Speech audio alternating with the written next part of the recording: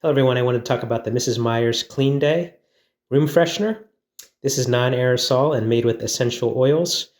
You can use it in any room in your house. We use it mostly in the bathroom here in the office.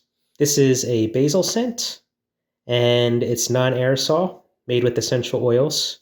And I know a lot of you will be curious on how it sprays, and it has a nice fine mist when you spray it, so you can see here. So a nice fine mist, and it makes the room smell really good. This is the basil scent. And another nice thing about this, it's made without any kind of artificial colors, parabens, propellants, and whatever that other word is there, phthalates. So just something nice to keep in the house and to keep the house or room smelling fresh, especially the bathroom. So again, something that we really like here. So I hope this video was helpful, and here's another spray.